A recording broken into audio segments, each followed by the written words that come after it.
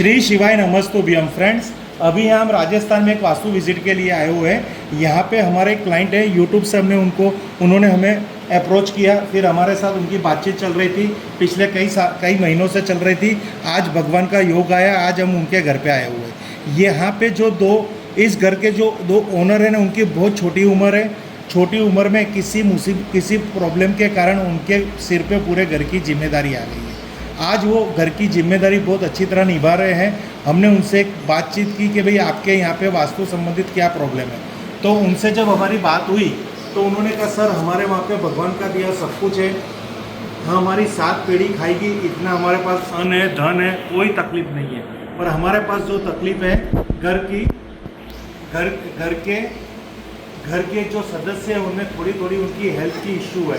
तो फ्रेंड्स, आज जब हम यहाँ पे आए तो हमने उनके घर की एक ग्रिड बनाई। हमने उनको कहना भूल गए थे और वो भी भूल गए थे कि भाई यहाँ पे आपके घर की एक आर्किटेक्चर ड्राइंग बनाइए जिससे हम पूरा घर की एनालिसिस परफेक्ट कर सके। तो आज उनके यहाँ पे हम विजिट पे आए हुए हैं। यहाँ पे हमने खुद से एक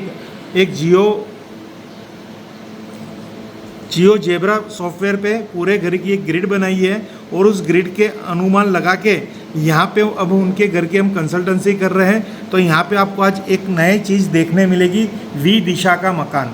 कई बार आपने यूट्यूब पे देखा होगा कि वी दिशा का मकान किस तरह से होता है, कैसे होता है, उसको किस तरह से समझा जाता है, उसकी किस तरह से जीवन के अंदर समस्या आती है, क्या प्रॉब्लम आती है, हेल्थ के इश्यू आते हैं, वेल्थ के इश्यू आते हैं, कि हैप्पीनेस के इश्यू आते हैं। तो फ्रेंड्स, जब आप जो घर में रहेंगे, या आपकी फैक्ट्री के अंदर, या आपके ऑफिस के अंदर, या आपके गोदाम के अंदर अगर वी दिशा का मकान है, वी दिशा यानी किस तरह से क्रिएट होती है वो भी मैं आपको बताता हूँ। तो आपको तन मन धन से जुड़ी परेशानी रहेगी।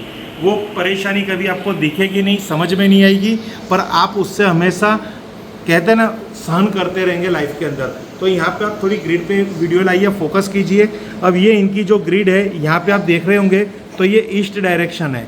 ये ईस्ट डायरेक्शन में इनके घर का एक कोना है। तो यहाँ पे जो मुख्य दिशा है वो पूर्व दिशा, वो कोने में आ गई है। और इस ग्रिड में आप देखेंगे तो इस ग्रिड में पूर्व दिशा एग्जैक्ट सामने है। तो वास्तु पुरुष की जब उसकी कहते हैं ना पदमंडल की रचना होती है, तो इस तरह से पदमंडल की रचना होती है कि ईस्ट एग्जैक्टली 90 डिग्री पे होना चाहिए, साउथ ईस्ट इस कोने में होना चाहिए, नॉर्थ ईस्ट 45 डिग्री में होना चाहिए और नॉर्थ 0 डिग्री में होना चाहिए। तो यहाँ पे आप देखेंगे तो नॉर्थ भी उनका कोने में चला गया और ईस्ट भी कोने में चला गया, और यहाँ पे जो नॉर्थ ईस्ट है वो उनका सेंटर में आ गया। अब वास्तु पुरुष की जो परिभाषा है कि नॉर्थ ईस्ट में उनका सिर होना चाहिए और साउथ वेस्ट में उनके पैर होने चाहिए। तो वास्तु पुरुष को जब भी सोना है तो वो इस तरह से तिरछे सोएंगे जिससे उनको वास्तु के अंदर स्पेस ज़्यादा मिले। तो यहाँ पे वास्तु पुरुष को अगर हम इमेज करेंगे कि यहाँ पे जो महापुरुष वास्तु पुरुष को अगर हमें सुलाना है तो कम साइज़ में सुलाना पड़ेगा। यानी यहाँ इनकी नॉर्थ ईस्ट में सिर आएगा और साउथ वेस्ट में उनके पैर आएंगे, या पैर बाहर निकलेंगे या सिर बाहर निकलेगा, यानी उनको या अनकंफर्टेबल महसूस होगा। जो पूरा हम यहाँ पे आपको प्रैक्टिकल करके दिखा रहे हैं इस चारपाई के माध्यम के द्वारा। ये समझ लीजिए एक चारपाई है और किसी के घर की ये ग्रिड आप समझ लीजिए। तो यहाँ पे अगर हम किसी बंदे को कहेंगे कि आप इस पर कंफर्टेबल सो जाओ, जरा सो के दिखाना आप, तो वास्तु पुरुष जो वैदिक वास्तु का नियम है, जो दिशाओं का मकान होता है 90 डिग्री पे पूर्व होता है, तो वो इस तरह से वास्तु पुरुष सोता है कि उसको पूरा शरीर पूरे पदमंडल में आ जाता है। यानी नहीं उनका सिर बाहर निकल रहा है, नहीं इस पदमंडल से पाँव बाहर निकल रहे हैं। इनकी हाइट ज़्यादा है इसलिए तकलीफ है, बाकी इस तरह से वास्तु पुरुष सोते हैं। और वो कब से सो रहे, लाइफ टाइम से, और आने वाले कई सालों तक इस तरह से ही सोते रहेंगे। तो अगर 90 डिग्री पूर्व या ईस्ट दिशा का मकान है तो ये स्थिति में वास्तु पुरुष सोएंगे। पर अगर वी दिशा का मकान है, यानी दिशा कोने में है, फॉर एग्जाम्पल इस ग्रिड के हिसाब से दिशाएं कोने में है। देखिए फ्रेंड, ये पूर्व दिशा यहाँ पे कोने में है, ये पश्चिम दिशा कोने में है, और यहाँ पे आप देखेंगे तो ये उत्तर दिशा भी कोने में है, और यहाँ पे वेस्ट दिशा भी कोने में है, और नॉर्थ ईस्ट जो मुख्य दिशा बन चुकी है। यानी इसको कहते हैं वी दिशा की ड्राइंग।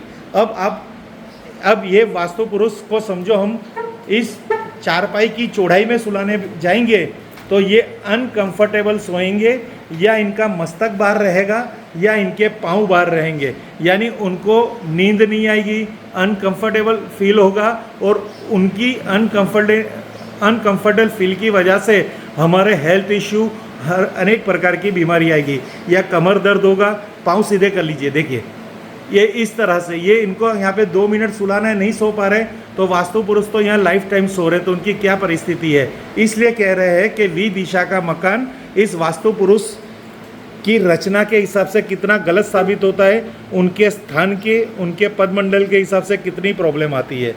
तो ये आज की वीडियो एक केस स्टडी थी जो हमने आपको दिखाने की कोशिश की। Thank you friends. Her her Mahadev, her her Mahadev, her her Mahadev.